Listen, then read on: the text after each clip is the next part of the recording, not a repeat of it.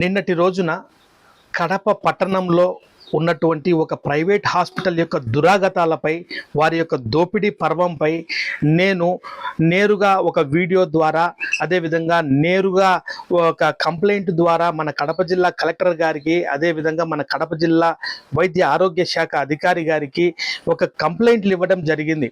ఈ కంప్లైంట్లు ఇచ్చి ఈ యొక్క హాస్పిటల్ యొక్క దురాగతాలపై, వారి యొక్క దోపిడీ పర్వాలపై, నాకు జరిగిన అన్యాయంపై ఖచ్చితంగా విచారణ జరిపి చట్టపరమైన కఠిన చర్యలు తీసుకోవాలని చెప్పేసి మన కడప జిల్లా యొక్క సర్వోన్నత అధికారి అయినటువంటి కడప జిల్లా కలెక్టర్ గారికి, అదేవిధంగా కడప జిల్లా వైద్య ఆరోగ్య శాఖ అధికారి గారికి ఫిర్యాదులు ఇవ్వడం జరిగింది.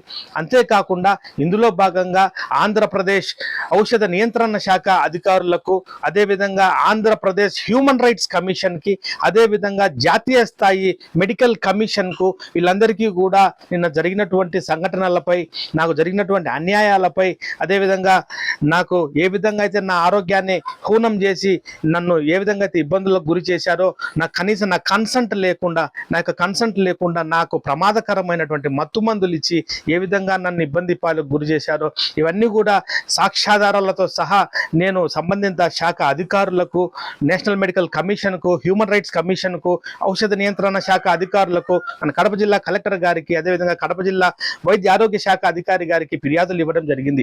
ఈ ఫిర్యాదులపైన ఆయా శాఖల అధికారులు వాళ్ళు ఏం చేయాలా, ఏ విధంగా ఎంక్వైరీ చేయాలా, ఏదైనా కమిటీ వేయాలన్నా, ఏ విధంగా దీన్ని ముందుకు తీసుకెళ్లాలా అనే విధంగా ఆయా అధికారులు ఆలోచిస్తూ ఉన్నారు. ఇది ఇంకా జరగకుండానే, ఈ విచారణ ఇంకా మొదలు కాకుండానే కొంతమంది ఫేక్ అలిగేషన్స్ అని చెప్పేసి, కొంతమంది ఏదో రెడ్ స్టాంప్ ఒకటి ముద్రలాగా వేసి ఇన్స్టాగ్రామ్లో సర్క్యులేట్ చేస్తూ ఉన్నటువంటి పరిస్థితి. ఇంకా ఇన్వెస్టిగేషన్ కానీ, దీని మీద సమగ్ర విచారణ కానీ ఇంకా జరగలేదు. ఏ విధంగా మీరు ఫాల్స్ అలిగేషన్ అని చెప్పి మీరు వేస్తారు? మేము ఆ యొక్క హాస్పిటల్ యాజమాన్యం కానీ, అక్కడ ఉన్నటువంటి డాక్టర్లు మాకు శత్రువులు కాదు. వాళ్ళ యొక్క రెప్యుటేషన్ దెబ్బతీయాలని మాకేం లేదు. మాకేం పని ఉంటుంది వాళ్ళతో? వాళ్ళ రెప్యుటేషన్ డ్యామేజ్ చేస్తే మాకేం వస్తుంది? మా ప్రాణాలు నాశనం చేయకపోతే చాలు మాకు. మేము నమ్మిపోయినాం, మంచి వైద్యులు ఉంటారని చెప్పి నమ్మిపోయినాం. ఆ నమ్మకాన్ని ఒమ్ము చేయకుండా మా ఆరోగ్యం, మాకు మంచి ఆరోగ్యాన్ని ప్రసాదించొస్తే డాక్టర్ దేవుడు అని చెప్పి చేతులు ముక్కి టెంకాయ కొట్టేస్తాం.